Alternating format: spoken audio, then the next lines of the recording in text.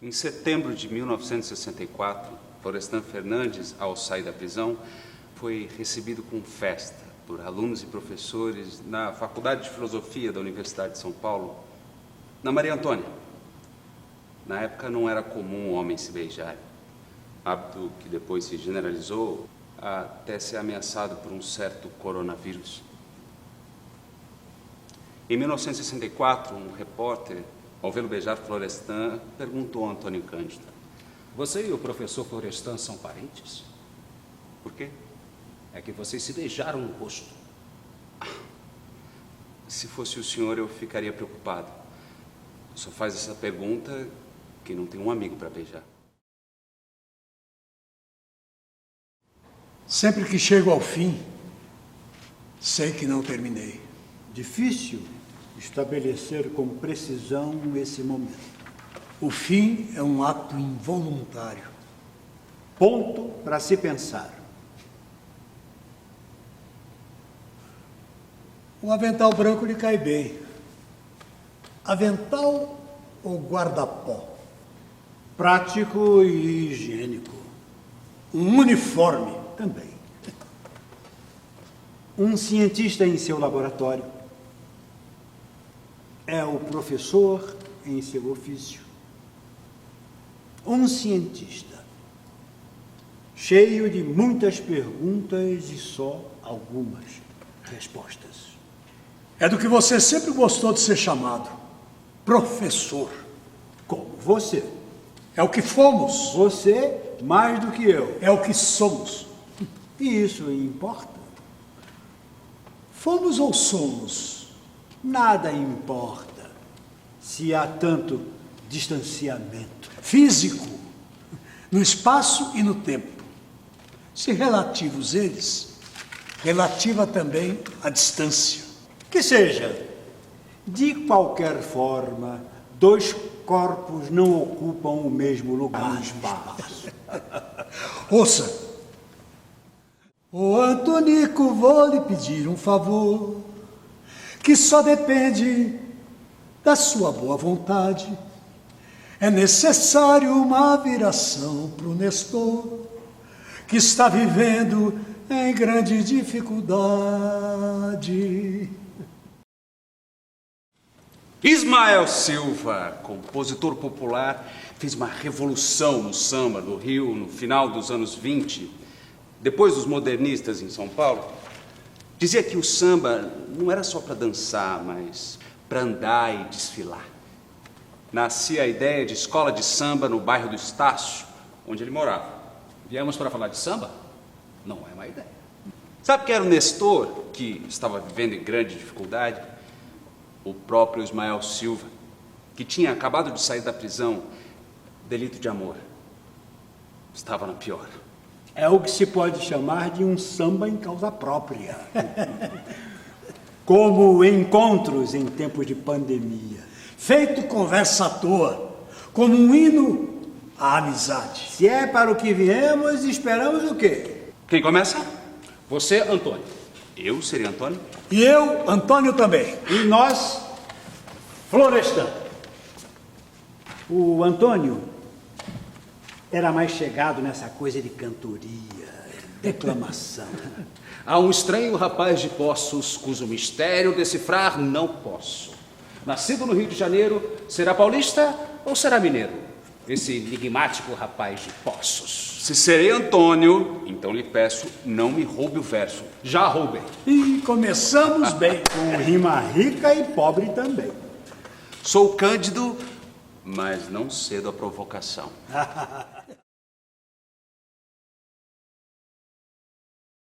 Para início de conversa, rapaz de Poços, faço uma recomendação que vale por um conselho. Diga lá. Esqueceu? Está nas primeiras cartas que te escrevi, aspas. Não queira bater papo comigo. Um papinho consiste sempre numa troca de ideias e você sairá perdendo.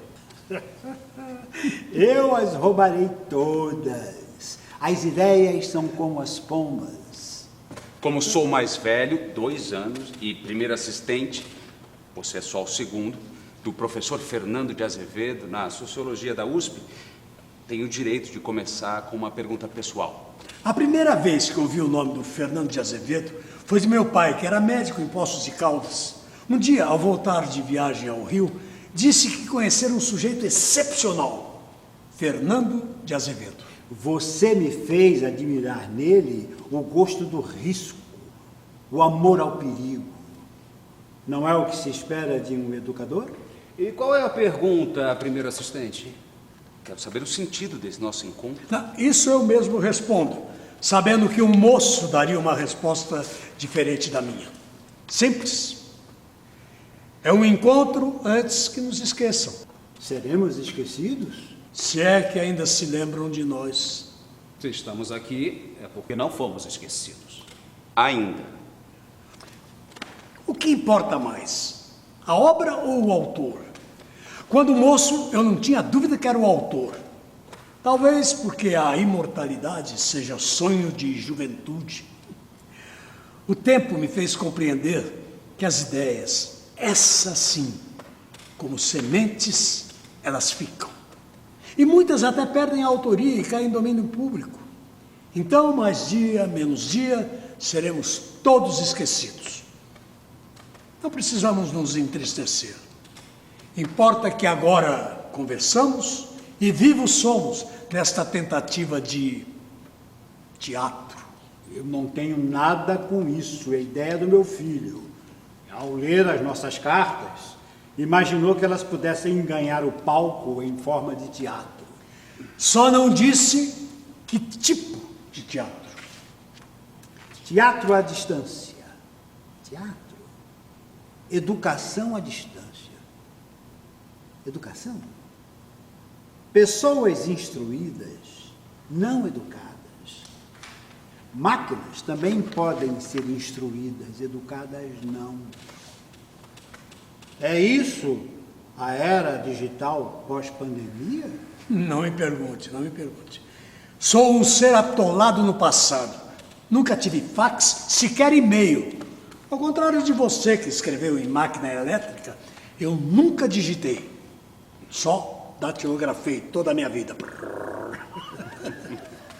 Mas o teatro é possível?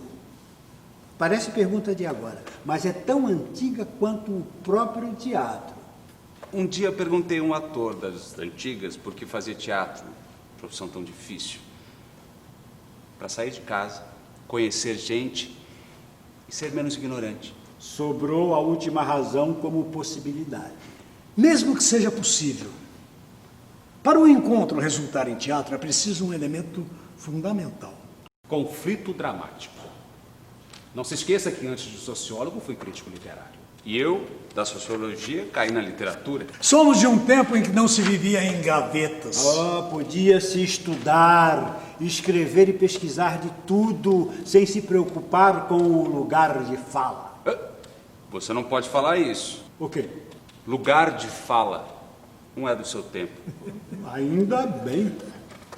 A nossa faculdade era de filosofia, de ciências, de letras, De muito mais. de antropologia. De folclore, de história. Você foi se envolver com índios. Tupinambá. Você é com os caipiras. Parceiros do Rio Bonito. Você com a imigração sírio-libanesa. E os negros. Era tudo misturado. A primeira vez que te vi e conversamos pessoalmente, você lia um livro sobre Buda.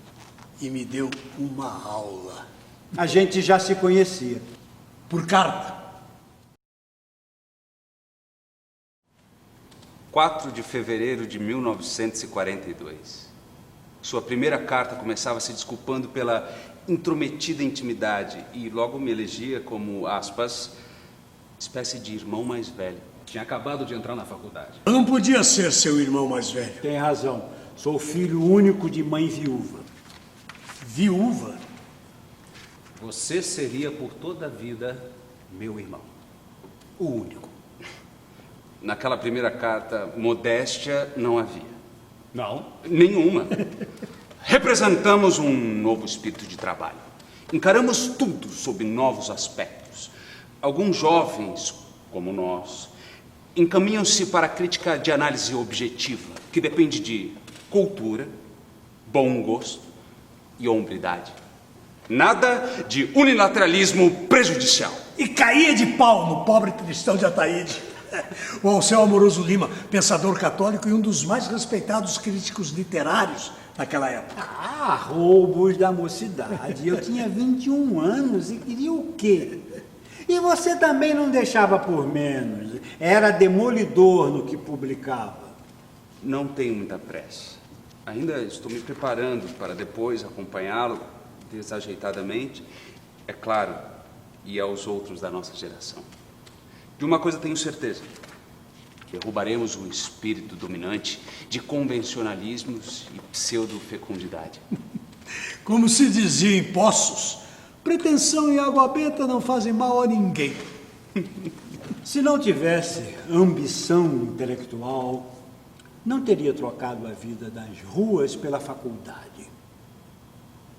Não queria viver como vivia, da mão para a boca.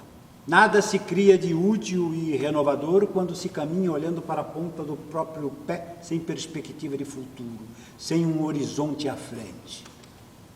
E logo você se revelou para mim modelo de homem culto. Não exagere. É o que sempre foi. Um homem culto me fez entender a importância da cultura pelas perspectivas que ela abre a quem a procura sem pedantismo. Eu senti como uma vertigem ao compreender que um livro pode conter um universo.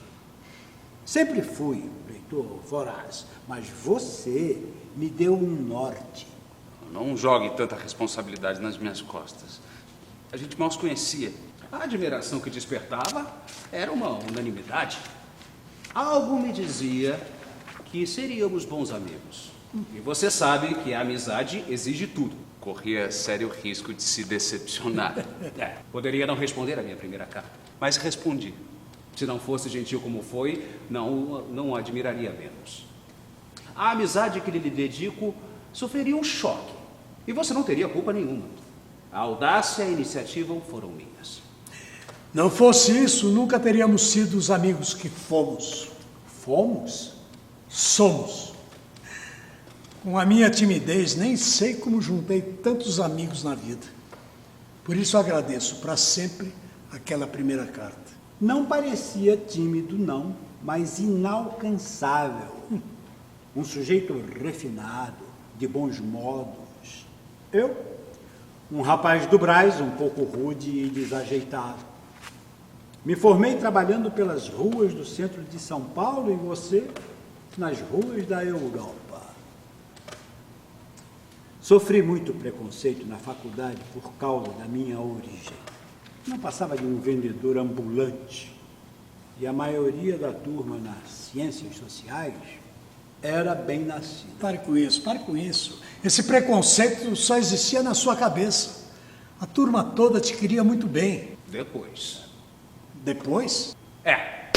Quando descobriram que eu levava a faculdade a sério. Daí todos me queriam nos seus grupos de estudo. Claro, eu fazia a maior parte do trabalho para eles. Aproveitadores. É você que está dizendo. Pensa que era fácil se aproximar de você?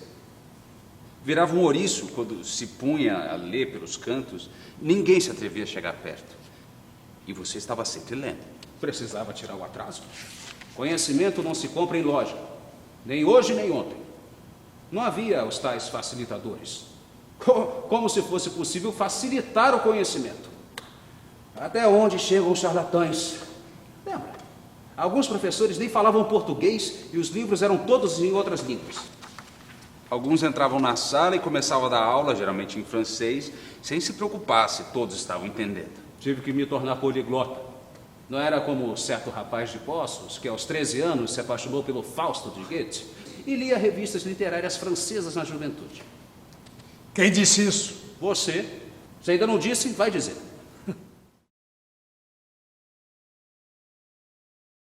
Havia um oceano me separando da minha geração na faculdade. Por isso fiquei surpreso quando respondeu a minha carta. Por quê? Por quê? O quê? Respondeu a minha carta. Eu já disse, você é que não se lembra. Então conta de novo. Quando abri a carta, duas coisas me chamaram a atenção. O nome e a letra. Nome sonoro de alguém predestinado e musical. O mesmo número de sílabas no prenome e no sobrenome. As tônicas caindo em sílabas iguais. Florestan Fernandes. E o sibilar dos S's. Florestan Fernandes. Lembro até quando disse isso, falei que não lembrava só para ouvir de novo. Na Faculdade de Filosofia da Unesp de Marília, 1986. De Marília, veja você. O que tem Marília? Ah, nada. Comentário particular. Eu tenho uma história muito curiosa sobre Marília. Depois você conta, se for o caso. Se não, deixa para lá. Agora, fale da minha letra. O que te chamou a atenção na minha caligrafia? As letras pareciam um batalhão cerrado e aguerrido, meio inclinadas, bem apertadas e firmes. Difícil de ler no início, mas muito inteligíveis depois que a gente se acostuma. Você me definiu logo de cara pelo nome e pela letra. Errei? Já quanto ao conteúdo da carta... Aí entra a minha parte na história. Eu andava cheio de dúvidas sobre os artigos que escrevia na Folha da Manhã. Sua carta me deu firmeza e esperança, porque percebi que estava dentro do espírito da minha geração e não estava traindo meu tempo. Não era a sua inteligência que mais impressionava, mas sua humanidade, embora não saiba até hoje qual sobrecede a outra. Só tinha um defeito que incomodava. Que bom! Eu tinha um defeito. A modéstia. E não ria, por favor. Quer que eu cite os meus defeitos em ordem alfabética? Está rindo de mim. Não. De mim? Rio do retrato que fazia de mim. O tempo daria razão à imagem que eu fazia de você. Por sua individualidade intelectual inconfundível, você estaria para a nossa geração como Mário de Andrade para a geração dele. Mário era imenso. Quando cheguei a São Paulo em 1936, ainda ecoava a Semana de 22 e Mário tinha publicado Macunaíma anos antes. Mais que uma semana de arte, 22 foi um momento de mudança na compreensão do que era o Brasil. Pela primeira vez, outras etnias começaram a dar palpites. Macunaíma, símbolo do modernismo, é um índio que é negro e fica branco. Mais que português, Mário nos ensinou a falar brasileiro, como você. Uma amiga disse que ser aluna de Antônio Cândido é falar Osvaldo em vez de Oswald de Andrade. Embora o próprio estivesse mais para Oswald que para Osvaldo. Você não se entusiasmava muito com os modernistas, principalmente o Oswaldo. Onde eu disse isso? Carta sua. Depois de ler um artigo meu. Aspas. O Osvaldo não merecia o trabalho que teve com ele, tampouco tanta complacência. Você disse tudo que devia, mas o homem estava aproveitando para fazer barulho. Ainda hoje saiu um artigo dele com citações e citações, e você foi promovido, ou rebaixado, não sei, a assistente do professor Roger Bastide. Fecha aspas. Você, e não eu, era assistente do Roger Bastide. Um pavão esse Oswaldo. Sempre pronto para te surpreender. Você não falaria mal do seu compadre. Oswald era divertido. Mário não achava a menor graça. Eles nem se falavam. Com Mário, a minha relação era de respeito, cerimoniosa. Até porque eu namorava a Gilda, que se tornaria minha mulher, na casa da mãe dele, com quem Mário morou a vida inteira. Gilda e ele eram aparentados. Seu casamento foi na casa dele. Que demais. Minha admiração pelo Mário era maior que por qualquer outro daquela geração. Evidente, vocês eram almas gêmeas. Só vim a entender isso com o tempo. Em você e nele, a mesma obsessão em entender a geografia, os costumes, os hábitos, a fala, a música da nossa gente.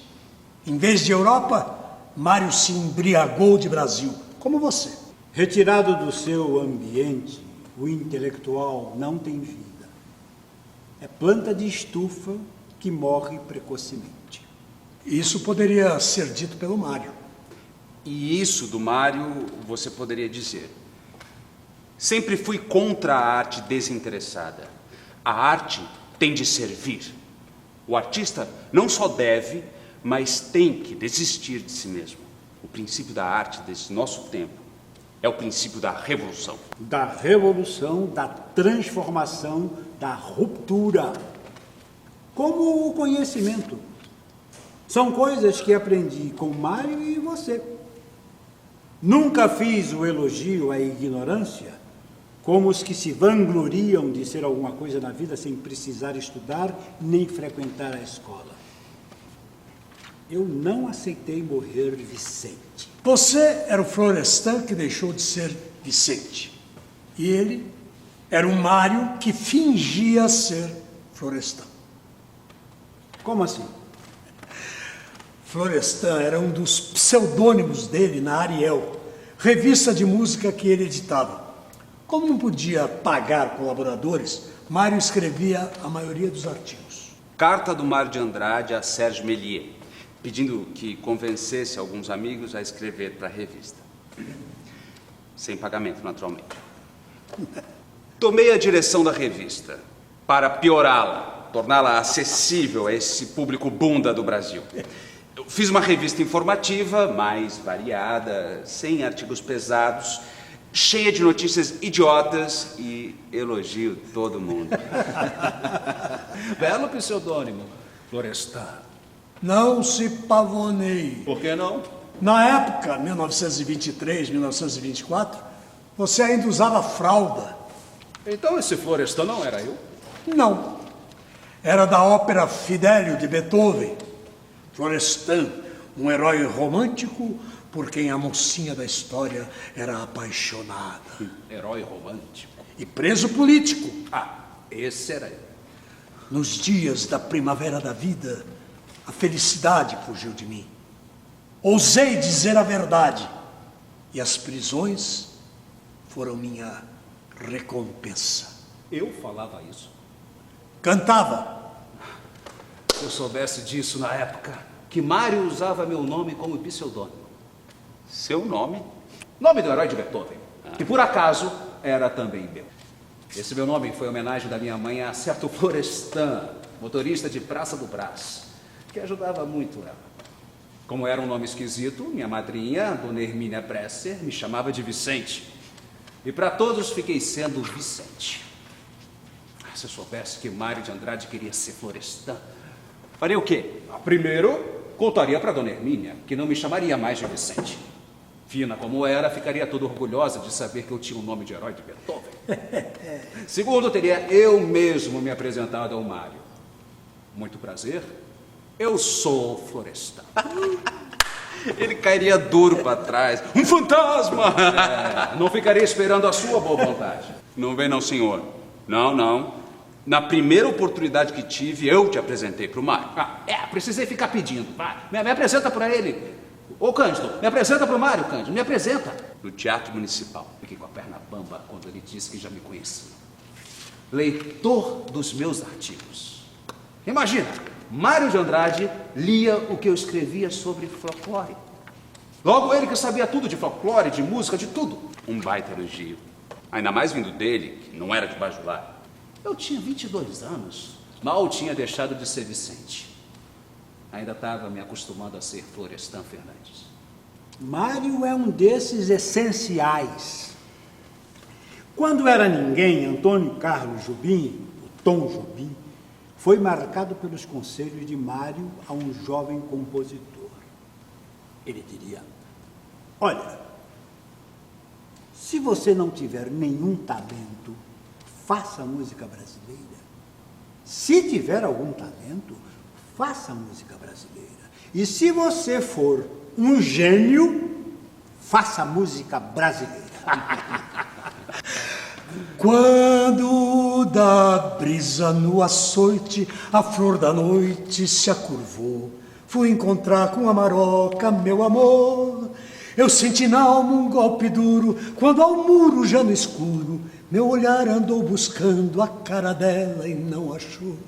Minha viola gemeu.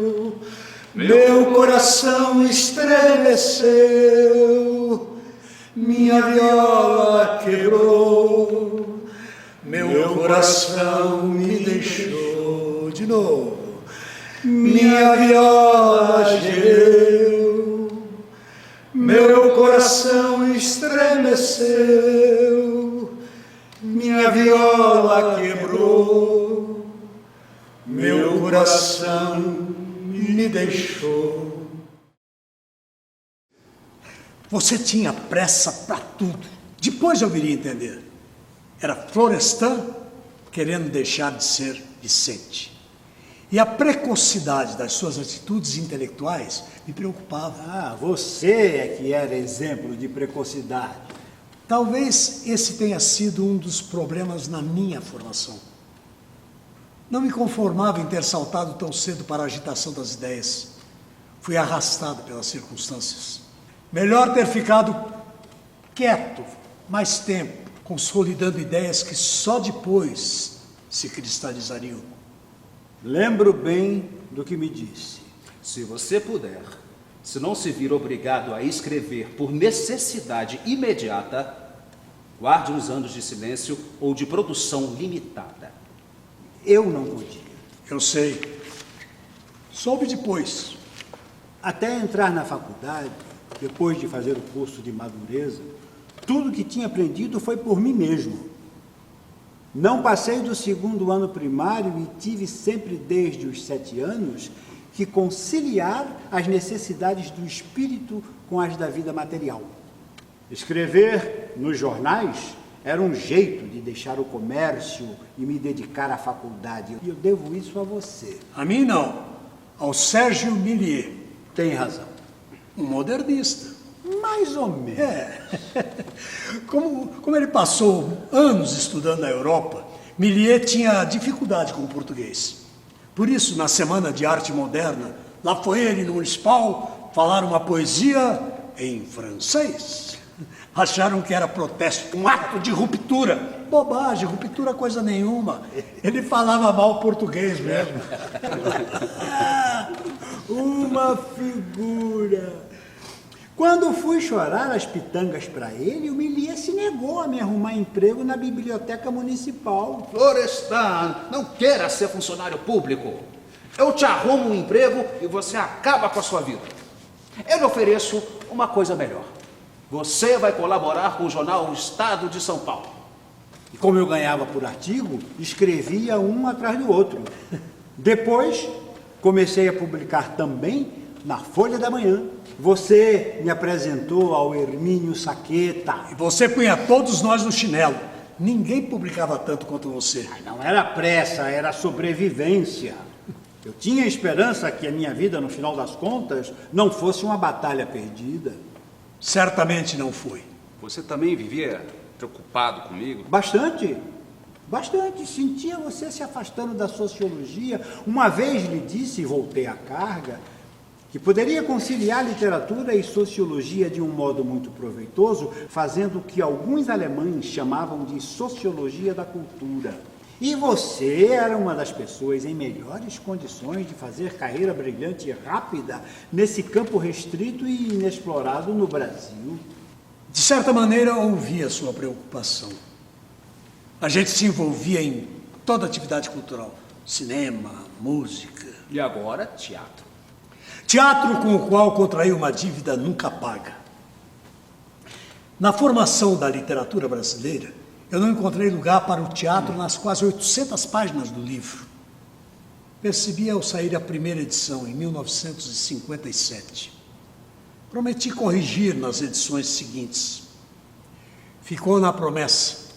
Com isso, até hoje, a literatura brasileira ignora o teatro. Pense na literatura inglesa sem Shakespeare. Na francesa sem Molière. Na alemã sem Goethe e Brecht. Na russa sem Chekhov. Mas, na literatura brasileira não há lugar para Anchieta, Nelson Rodrigues, Plínio Marcos. Para ver o tamanho da minha dívida. Da outra falha no livro, eu me redimi. Não dava muita importância ao Machado de Assis romântico. Preconceito? Sectarismo juvenil. Importante era o Machado de Brás Cubas, não Machado de Helena.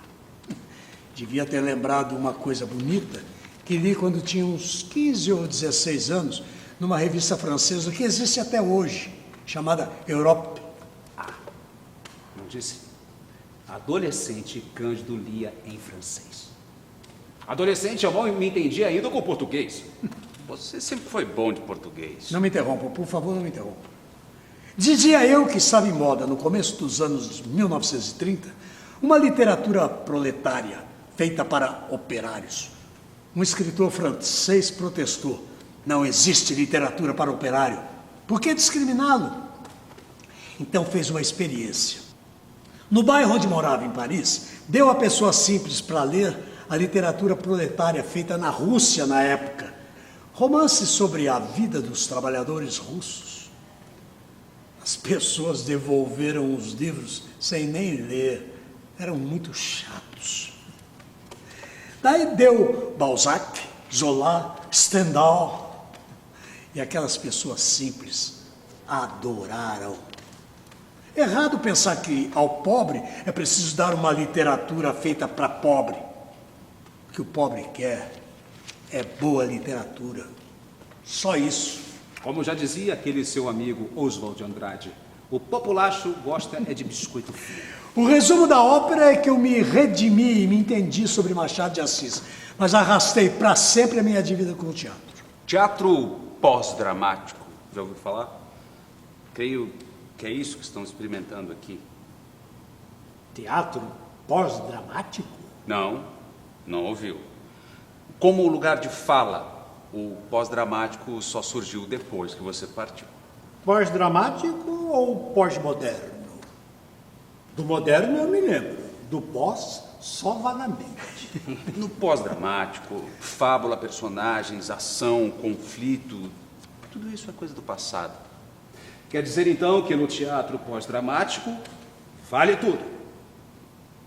Tudo é teatro. E o teatro pós, simplesmente pós? Pós qualquer coisa? Pós-vida? Será isso que estamos experimentando? Se entre nós não houve conflito à nossa volta, conflito foi o que não faltou. Alguns dramáticos.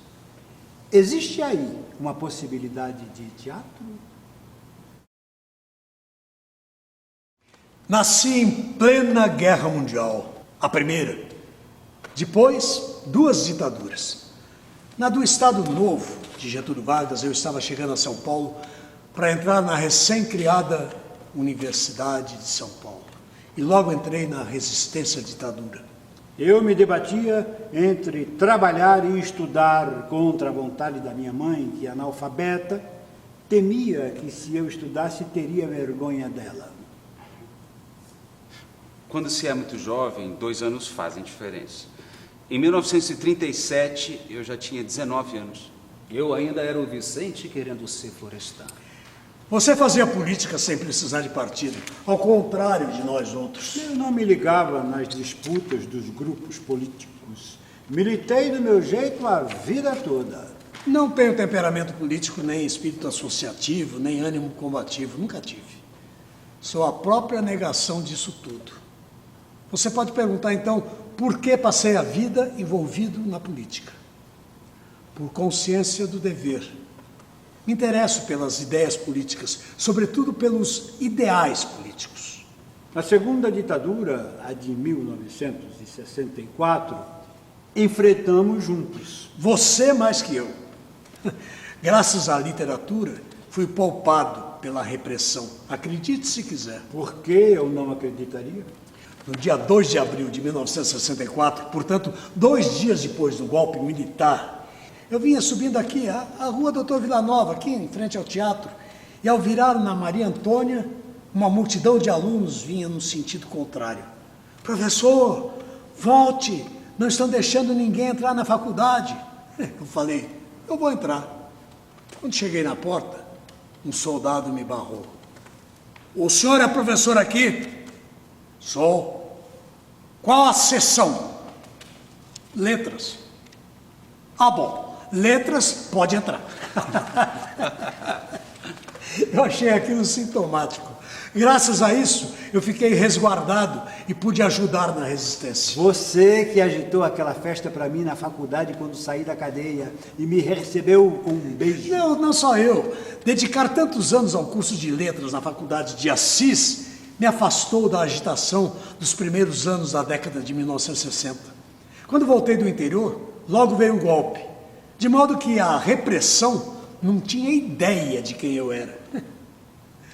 Em seguida, fui dar aula na Sorbonne, em Paris. Não há o que lamentar. Não lamento nada. Só digo que a ditadura de 1964 nos atingiu de formas diferentes. Foi mais violenta com você e sua família, de quem teve de se afastar. Em suas circunstâncias, a história avança inexorável e exige que não abandonemos a utopia que dá sentido ao ato de existir. É a utopia que nos faz ascender acima dos nossos limites.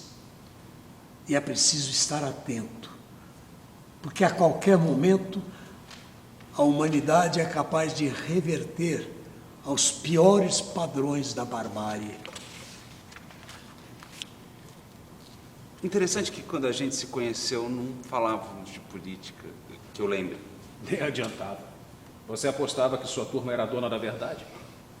Se não éramos donos da verdade, éramos com certeza os principais acionistas. Sempre houve polarização, pelo menos desde os anos de 1930, uma década de radicalização no Brasil e no mundo. Os intelectuais tiveram que optar entre ser liberais ou fascistas, comunistas ou anarquistas. Um amigo, Paulo Emílio Salles Gomes, chegava a dizer que era melhor ser claramente de direita do que não ser nada. E os comunistas ou eram stalinistas ou trotskistas. Eles nem se olhavam na cara. Um amigo do Partido Comunista, quando soube que eu andava com trotskistas como o Hermínio Saqueta, deixou de me cumprimentar. Ser chamado de trotskista era um xingamento dos piores. Muitos nem sabiam o que queriam dizer.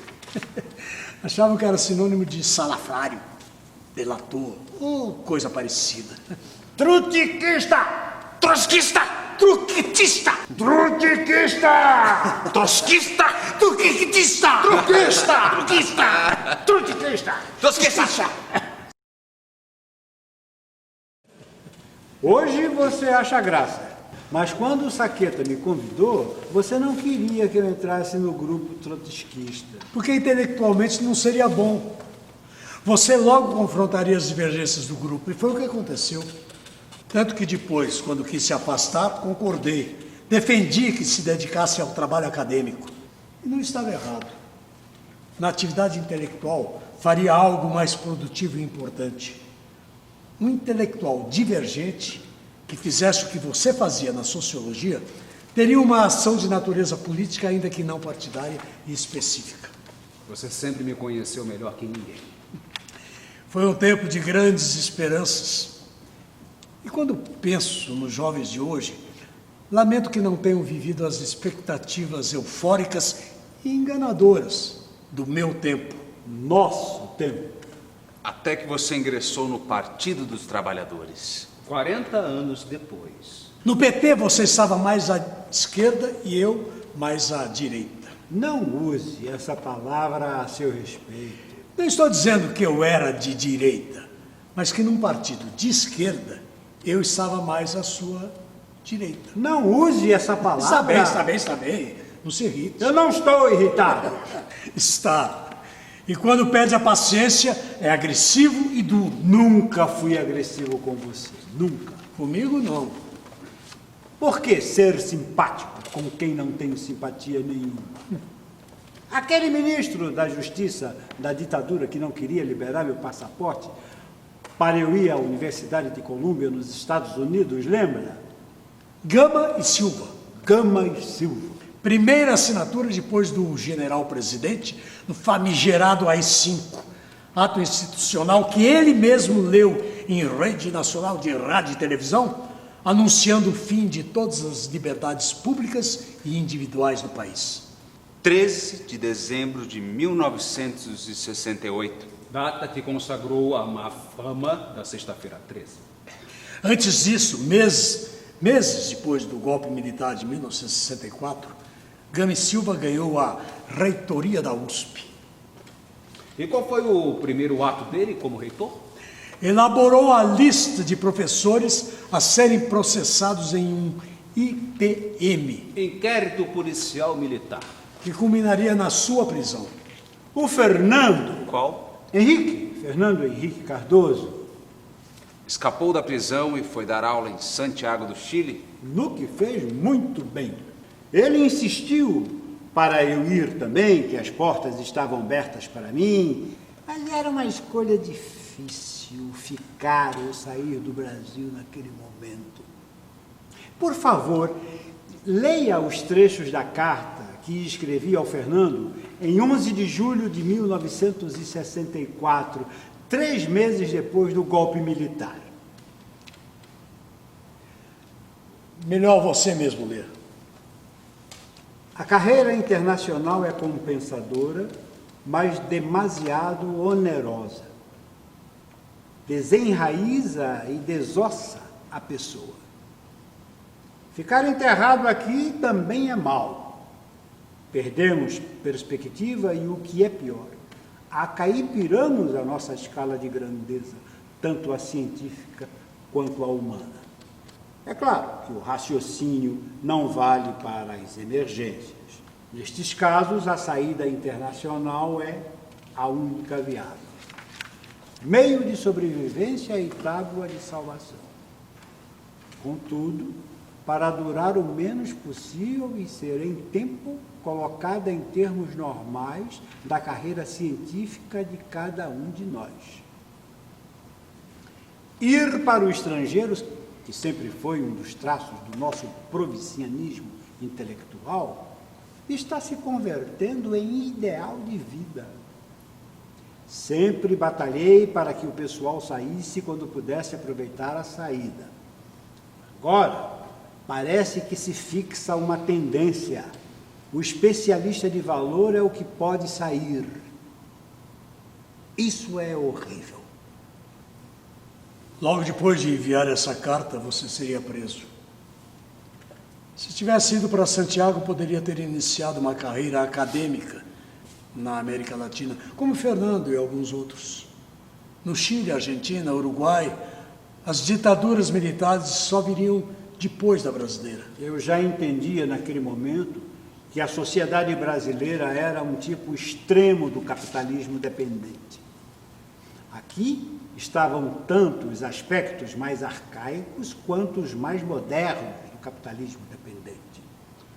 O presente do Brasil continha o futuro de outros países da periferia do capitalismo mundial, incapazes de encaminhar-se diretamente para o socialismo. Então eu escolhi permanecer na minha carreira de Sociologia 1 da USP, até ser aposentado compulsoriamente em 1969, graças ao AI-5. Fernando Henrique chamava o Gama e Silva de inculto e fanfarrão. Inculto, sim, mas fanfarrão era elogio. Quando ele disse isso, Em carta de dezembro de 1965. No fundo, o Gama é boa pessoa, presa por ambições incontidas e safadeza congênita. Fecha aspas. boa pessoa. Sabe o que o poeta Bertolt Brecht desejava para certas boas pessoas na Alemanha nazista? Uma boa morte. Para falar mal de alguém, basta chamar de boa pessoa. Vou usar isso. Mas enfim, por que estamos falando dessa boa pessoa? Luiz Antônio da Gama e Silva. Certas pessoas devem ser lembradas pelo nome completo. Antônio, ele também. Antônio dele tinha circunflexo, o meu não. A história é a seguinte. Recebi convite da Universidade de Colômbia, mas não podia viajar aos Estados Unidos porque a ditadura não me dava o passaporte.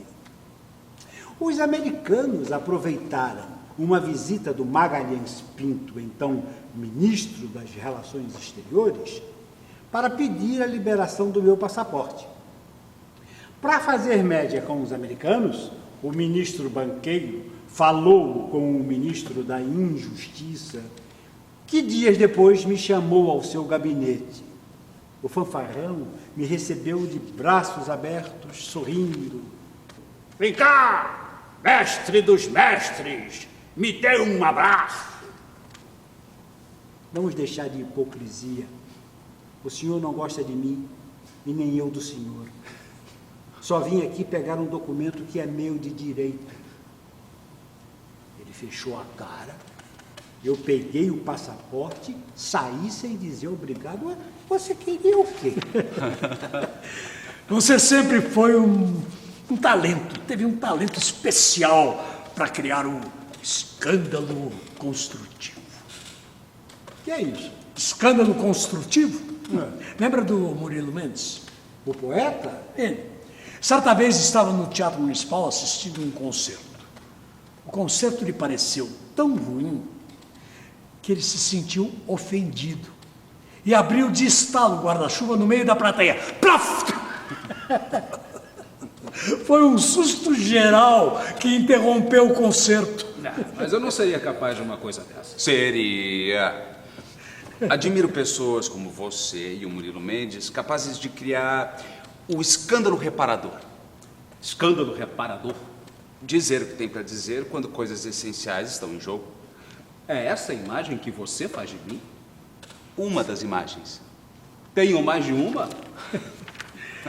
Você sempre foi um militante solitário e incansável na defesa da escola pública, nos estudos sobre índios, negros, imigrantes. Não precisava pertencer a partido nenhum. Você sozinho era um partido, Florestan. Você me chamou de Florestan. É o seu nome, não? Ou prefere que eu chame de Vicente? Não foi fácil recuperar o meu nome. Eu estava condenado a ser Vicente, sem direito nem à própria identidade, igual a tantos brasileiros que nascem e vivem nas beiradas. Sua filha Heloísa escreveu uma coisa bonita sobre isso na dedicatória da tese de doutorado dela. Ela dedicou a duas pessoas, ao Vicente e ao Florestan. O primeiro, por ter feito de tudo para poder se tornar o segundo. Ser Florestan foi um longo caminho. How many roads must a man walk down before you can call him a man? Yes. And how many seas must a white dove sail before she sleeps in the sand? Yeah, and how many times must cannibals fly before they are forever banned? The answer, my friend, is blowing in the wind. The answer is blowing in the wind. The answer, my friend, is blowing in the wind. The answer is blowing in the wind. Abril de 1976. Foi bom ver seu sorriso dentro daquela gaiola de vidro no aeroporto. E Gilda com você. Formavam um lindo casal. Estávamos partindo de Nova York e você chegando. Mais uma temporada em Yale. Te achei triste atrás daquele sorriso que nos devolveu, através da parede de vidro que nos separava. Não era tristeza. Eu estava me perguntando o que fazia da minha vida. Você sempre foi muito querido em todas as universidades que trabalhou, nos Estados Unidos, na Alemanha, Canadá, México. Tive vontade de mudar meus planos e me juntar a vocês, jogar tudo para o alto. Você sempre me socorreu na minha solidão. Desde que fui a Paris pela primeira vez, estava vagando pela cidade sem paradeiro e, de repente, com quem eu topo? Você e Gilda. Imagina o nosso espanto. Mas vocês sabiam que eu estava em Paris. Não, só que estava na Europa, não em Paris. Na minha cabeça você estava na Alemanha, de onde, aliás, mandou uma carta para Miriam, sua mulher, com um pós-escrito horroroso. Eu não me lembro de pós-escrito nenhum. Quando Miriam me mostrou essa carta, eu tive que conter o riso. Mas o que foi que eu escrevi de tão engraçado? Não tinha graça nenhuma, mas se caísse em certos ouvidos. Mas o que eu escrevi? Literalmente. Literalmente. Aspas. Na Alemanha comprei uma caneta Montblanc para mim e um aparelho de picar cebola e alho para você. A Miriam adorava cozinhar, eu também. E cada um tinha suas coisas. Isso foi em setembro de 1965. Ninguém o acusaria de machista ou coisa pior. Eu amava as mulheres. Desde que nasci, fui cercado por elas, como você. Quando sua primeira filha, Heloísa, nasceu, você ficou abobado. Até agradeceu. Me escreveu dizendo que precisava de muitas mulheres nas costas para ter juízo. Verdade. O diabo é se viessem muitos filhos e só mulheres. Na carta você disse outra frase daquelas que, para os ouvidos de hoje, também soaria mal. As mulheres são uns anjos, mas produto ruim para colocar, aí está. Não se esqueça que eu era só um rapaz do Brás que trabalhava no comércio, colocando produtos médicos e farmacêuticos no mercado. E você contava que um conhecido seu, aspas, homem muito cheio de métodos, está com 8 encostadas. O caso é que 8 das 8 filhas dele, 7 já tinham noivos. E justamente a mais velha, que se chamava Maria Antonieta, veja só, estava encalhada, sem arrumar um herói que se encantasse por ela. Mas também com esse nome. E Maria Antonieta estava chegando aos 30 anos, perto de se tornar uma balzaquiana. E as irmãs não podiam nem pensar em casamento enquanto Maria Antonieta não se casasse. Veja só o tamanho do enrosco que o pobre pai estava metido. E a história dele te assombrava. Claro. Qual pai naquela época não pensava em casar a filha desde que ela nascesse? Ficava uma espécie de tristeza e de ansiedade bulindo com a gente. Os meninos davam menos preocupação. Eu via por mim, lembrei do meu passado e como sempre me arranjei. Mas as meninas também se arranjavam, mas para elas era muito pior. Havia até tragédias nas suas histórias. E as mulheres nascem para o amor. E os homens sabem disso. E alguns abusam, levam o amor a uma prática cheia de perversidade. No lado delas há muito amor e muita tristeza, em grande parte. Eu sei de quem você está falando. Eram tempos terríveis para as mulheres. E aí, Nação? Sua mãe é uma dessas mulheres marcadas pela perversidade dos homens. Quando ela ficou grávida de você... A gente estava falando do nosso encontro em Paris. Quando ela ficou grávida de você, ela se recusou a abortar. E quando você nasceu, a dona Hermínia Bressas de Lima, na casa de quem ela trabalhava, quis te adotar. Filho não se dá, o que se dá é cachorro. Ela nem avisou seu pai. Meu pai tinha morrido. Não é verdade. Estou te dizendo. Não é verdade. Nas suas coisas foi encontrado um pequeno cartão com o nome dele, Galileu, e um endereço. Ninguém sabe se você o procurou um dia. Para quê? Depois de velho, eu iria procurar alguém que tinha morrido há tanto tempo. Mas você o procurou? Quando nasci, eu não estava sozinho. Havia minha mãe. Porém, a soma de duas fraquezas não compõe uma força. Éramos varridos pela tempestade da vida e o que nos salvou foi o nosso orgulho selvagem. Orgulho selvagem e tenacidade. Tenacidade. Há quanto tempo eu não ouvi essa palavra? Mais que obstinado, você sempre foi tenaz. O que lhe dava, às vezes, certo ar de melancolia ou tristeza, não sei ao certo. Às vezes ficava em crise, mas era um modo meu de encarar as coisas. Mas tudo se desfazia na sua presença. Até hoje acho que o nosso encontro no Boulevard Saint-Germain não foi obra do acaso. Você e Gilda deviam saber que eu estava em Paris e foram me procurar. Juro que não. Jura por quem? Me fez um bem danado te ver exemplarmente maduro e sereno depois de tanta tribulação um ano antes. A sua prisão em setembro de 1964 foi uma agressão não só a você, mas a toda a vida inteligente do país. E a própria direção da universidade se prestou ao papel de algoz dos colegas, conduzindo um inquérito policial militar. Fiquei pouco tempo preso.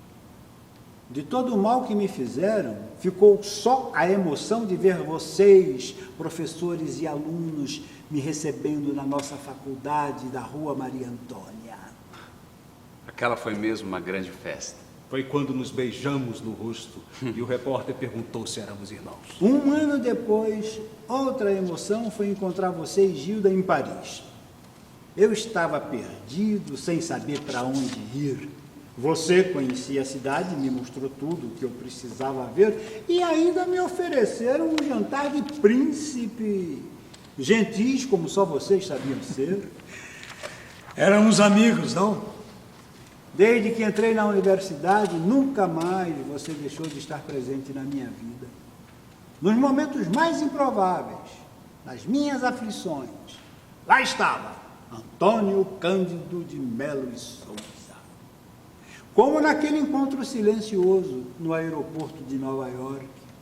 Apesar dos sorrisos mudos, Gilda e eu vimos tristeza em seu rosto iluminado e subitamente feliz. Não era tristeza. Chame-o do que quiser. Desencanto, talvez. Os amigos que fiz fora do Brasil me tratavam com uma cordialidade e um carinho que só aumentavam quando percebiam que eu estava lá por pura amizade, e não à procura de emprego. Acontece que eu não sentia nenhuma identificação profissional com eles.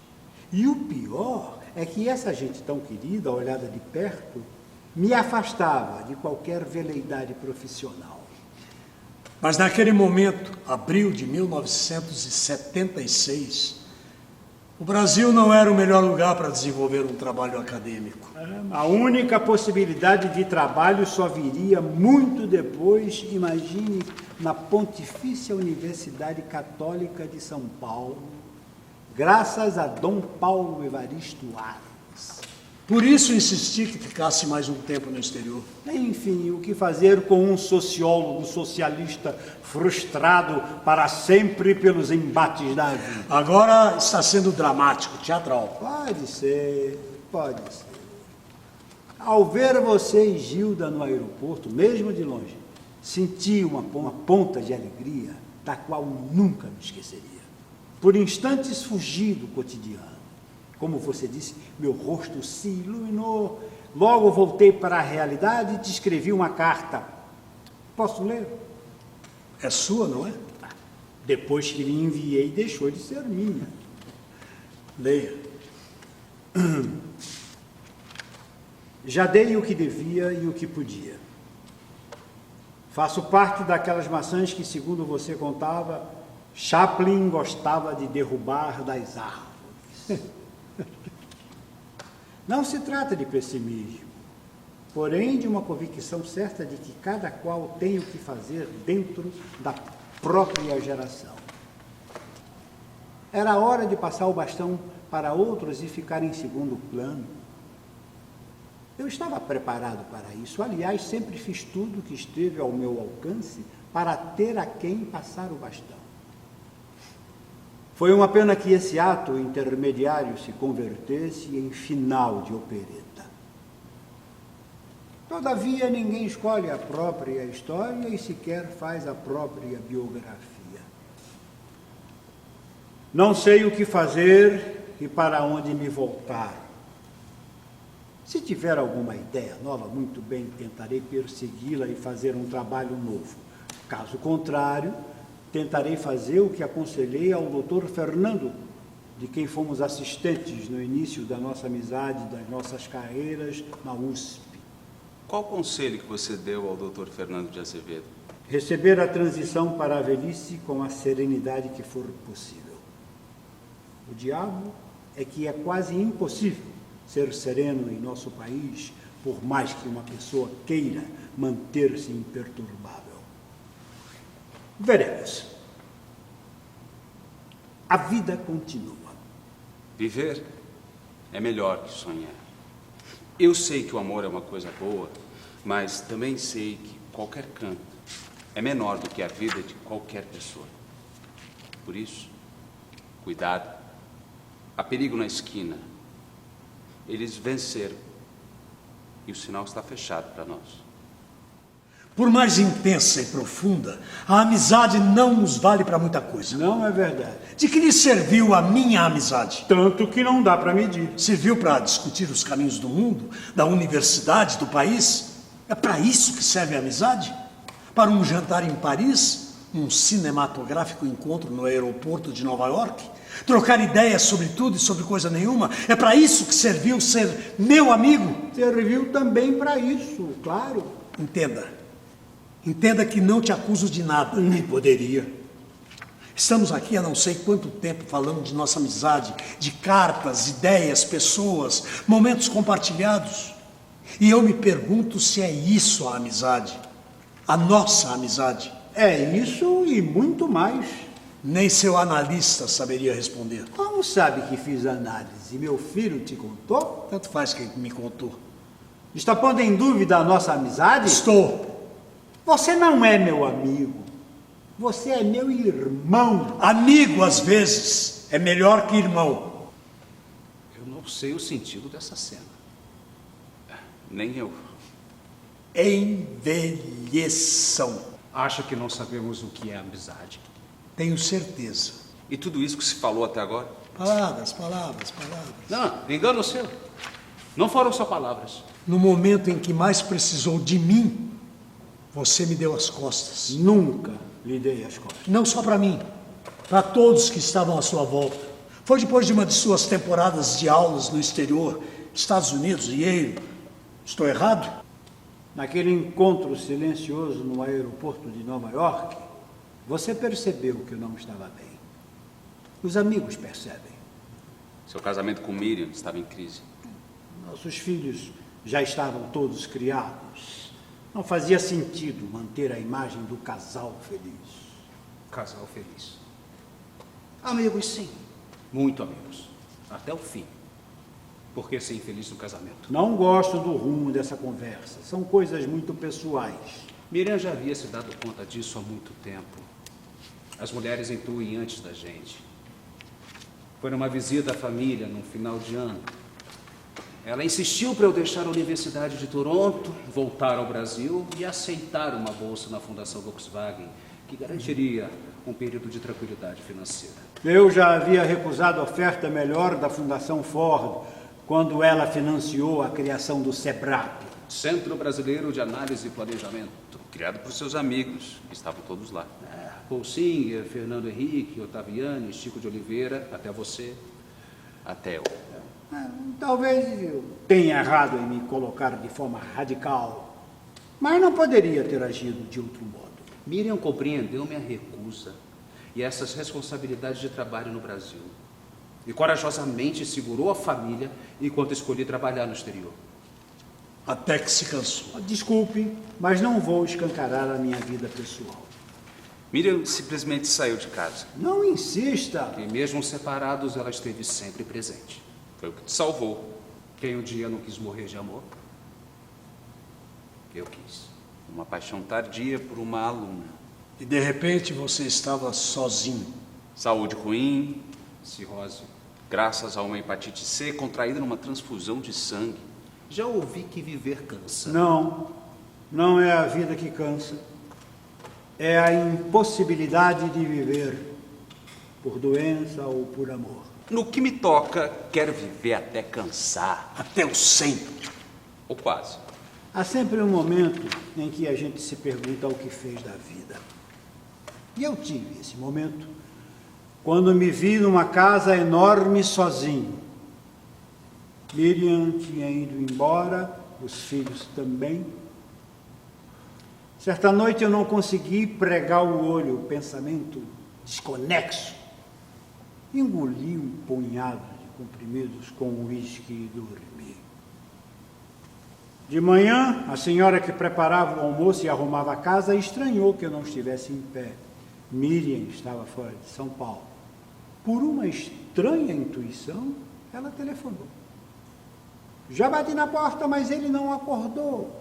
Ouviu da senhora que inutilmente tentou me acordar.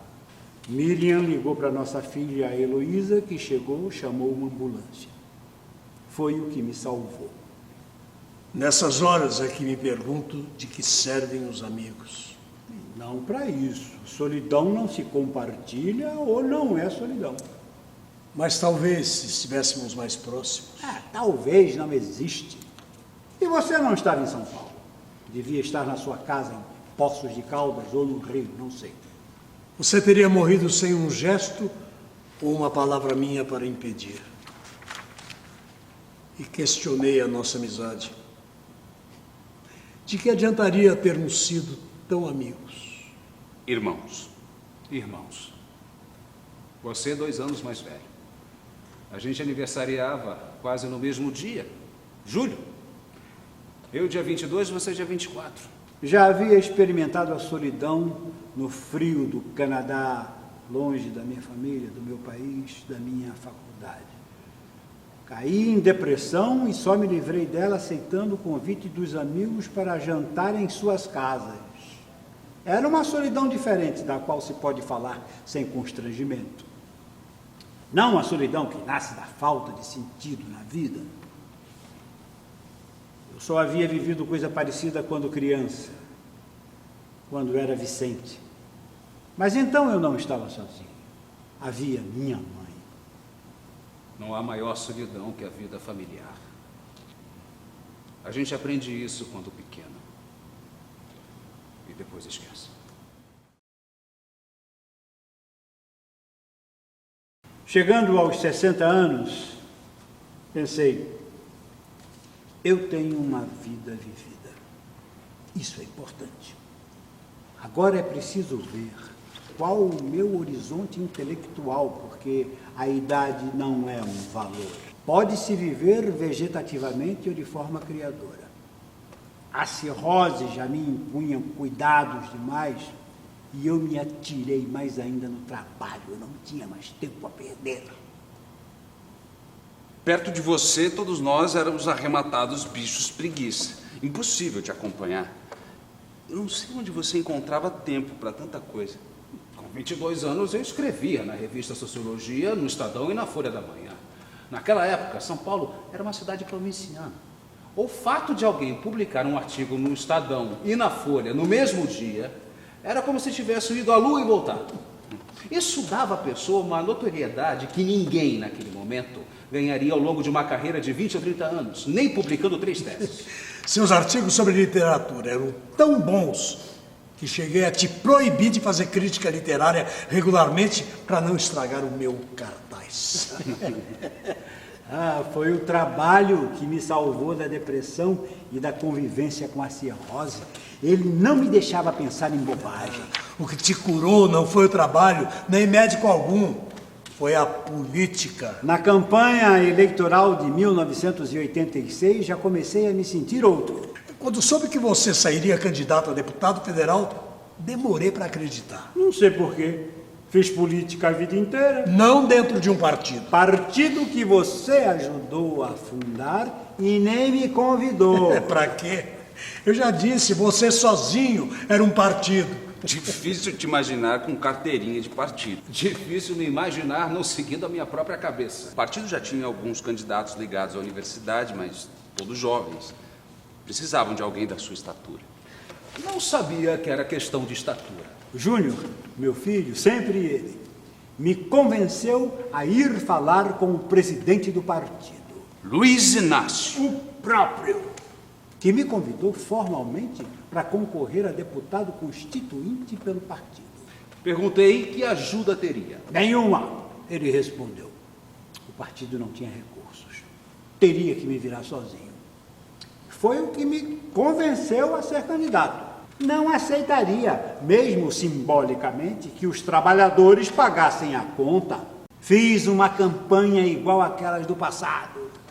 como a de defesa do ensino público nos anos 50, que mobilizou as pessoas pelas ideias e por nenhuma outra razão.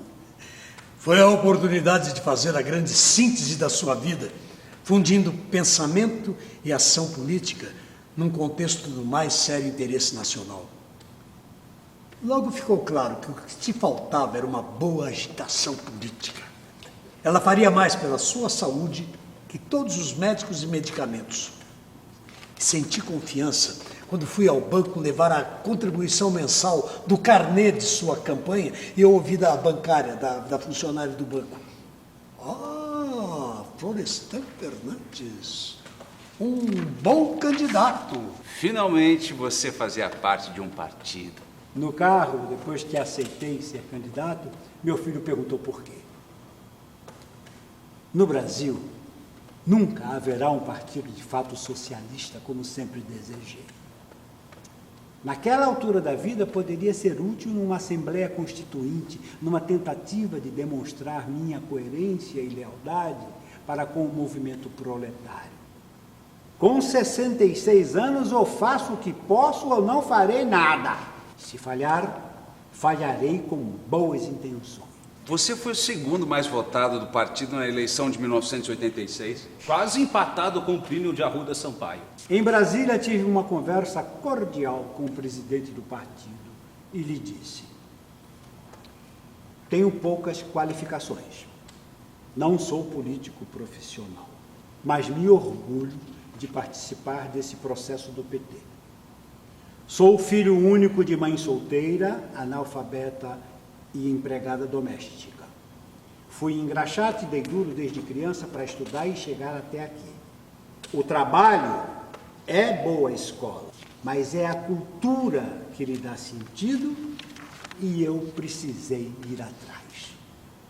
Portanto, em matéria de origem e vida difícil, o páreo entre nós é duro. Você disse isso para ele? Ele riu. Você é um intelectual com todo o requinte que a cultura das classes dominantes pode proporcionar, mas nunca perdeu uma profunda identificação com os espoliados. Uma raríssima combinação que faz de você o raro exemplo que é. Fui criado como filho de gente abastada. Meus pais me colocaram um colarinho engomado e me educaram na prática da arte de mandar. Mas quando cresci, olhei à minha volta e me recusei a ficar entre os da minha classe. Eu me recusei a dar ordens e a ser servido. Deixei a minha classe para me associar às pessoas consideradas inferiores. Bertolt Brecht. O fato é que sua independência não combinava com disciplina partidária. Jamais poderia imaginar você sendo patrulhado por ninguém. O partido não pode se queixar de mim. Claro que tinha minhas divergências. Todo partido político precisa ter correntes em conflito para que haja democracia interna. E desde que ingressei no partido, eu segui a sua marcha. Mas se essa marcha se revelasse deficiente ou indesejável, eu voltaria à minha condição de militante solitário. Você se tornou um dos deputados mais queridos do Congresso, até por gente de outros partidos e que se opunham às suas ideias. Ulisses Guimarães, presidente da Assembleia Constituinte do PMDB, ligava para Miriam reclamando que você se alimentava mal, dormia pouco e ficava até tarde no plenário e nas comissões do Congresso. Sabe a distância das salas, das comissões até o plenário? Nunca xinguei tanto o Oscar Niemeyer. O que o coitado do arquiteto tinha a ver com isso? Coitado, quando imaginou o prédio do Congresso, Niemeyer era jovem e não pensou que um velho deputado teria que se arrastar com a sua bengala e percorrer distâncias infinitas do seu gabinete até o plenário. A melhor escola que encontrei para conhecer o Brasil a partir do topo das elites foi o Congresso. E dali pude ver como atuam as elites econômicas, culturais, jurídicas e militares por meio dos deputados e senadores que elas elegem. Assim, pude conhecer melhor a sociedade brasileira e os processos de concentração de poder, de riqueza e de cultura que são mantidos de maneira ferrenha.